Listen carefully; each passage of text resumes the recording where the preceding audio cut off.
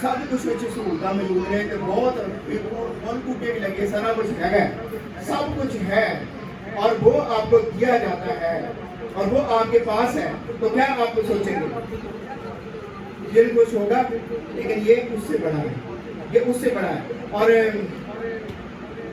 یہاں پہ ہم دیکھ رہے ہیں کہ اور آگے لکھا ہے جو تخت پر بیٹھا ہوا تھا اس نے کہا دیکھ میں سب چیزوں کو نیا بنا دیتا ہوں پھر اس نے کہا لکھ دے کیونکہ یہ باتیں سچ اور حق ہیں پھر اس نے مجھ سے کہا یہ باتیں پوری ہو گئیں یسوع مسیح نے جب جان سلیب پر دی تھی تو کیا کہا تھا تمام ہوا تو یہ سلیب پر جان دینے سے پہلے جو ہے اس نے یہ کلمہ کہا تھا کہ تمام ہوا اس پر کس چیز کا تمام ہوا تھا گناہ کو ختم کر دیا تھا اور اب کون کون سی چیز ختم ہو گئی ہے آسمان و زمین ختم ہو گئے آہ و نالا ختم ہو گیا درد ختم ہو گیا دکھ ختم ہو گیا آنسو ختم ہو گئے موت ختم ہو گئی اور اب پھر کہا ہے یہ سب چیزیں پوری ہو گئی یہ ہے ہماری جنت جہاں پہ ہم رہیں گے اور جہاں پہ کوئی دکھ اور تکلیف نہیں ہوگا اور اس کے بعد لکھا ہے پھر اس نے مجھ سے کہا یہ باتیں پوری ہو گئی اور میں الفا اور اومیگا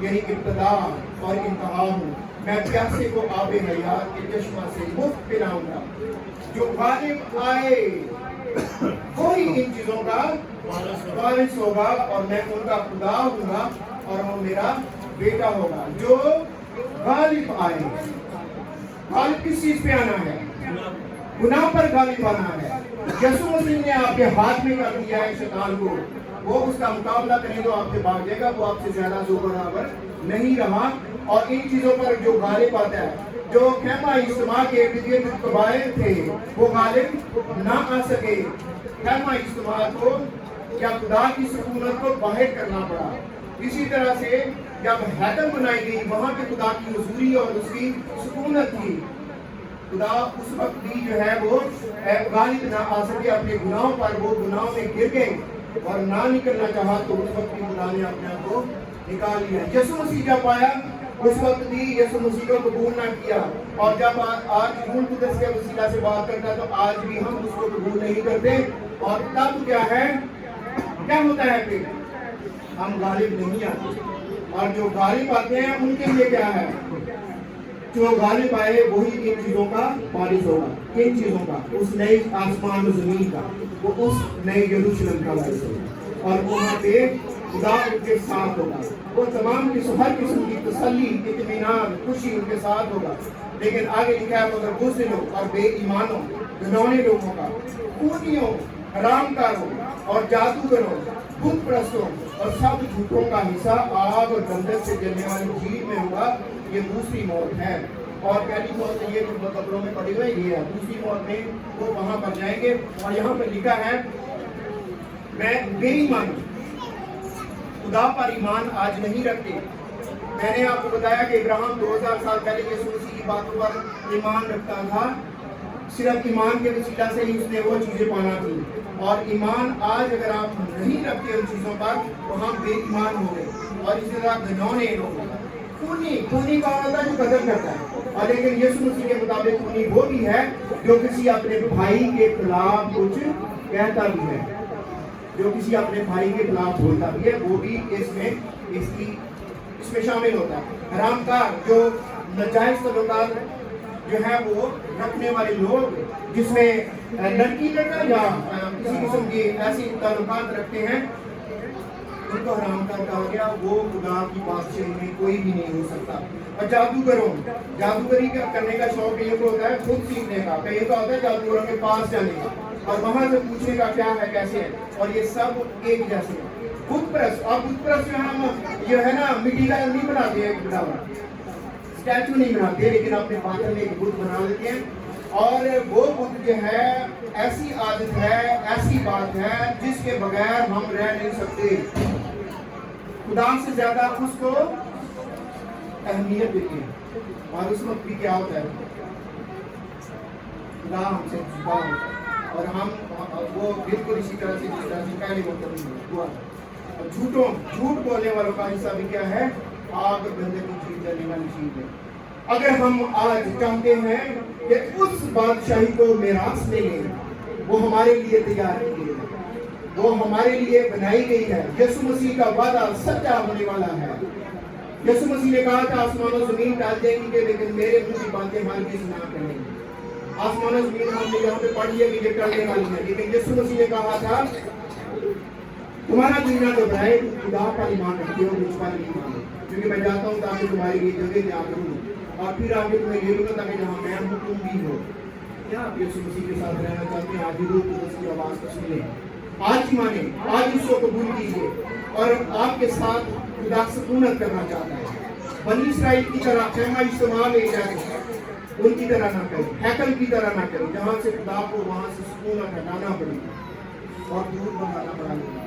اس لیے روح القدس کی آواز کو سنیے. اگر آج آپ کو روح القدس قائل کرتا ہے، اس کی آپ خدا کا مقدس ہیں، وہ آپ کے باطن میں بسنا چاہتا ہے، وہ چاہتا ہے کہ ہمیشہ کے لیے آپ کے ساتھ سکونت کرے. اس لیے آج ہی اس کو کریں، آج ہی اس کے اوپر ایمان لائیں، تب آپ کا بھی یہ حصہ ہوگا. آپ اس میں شامل ہوں گے. نیا یروشلم آپ کا ہوگا اور اسی طرح سے نیا آسمان اور نئی زمین جہاں پہ کوئی دکھ اور کوئی تکلیف نہ ہو. خدا اپنے کلام کے وسیلہ سے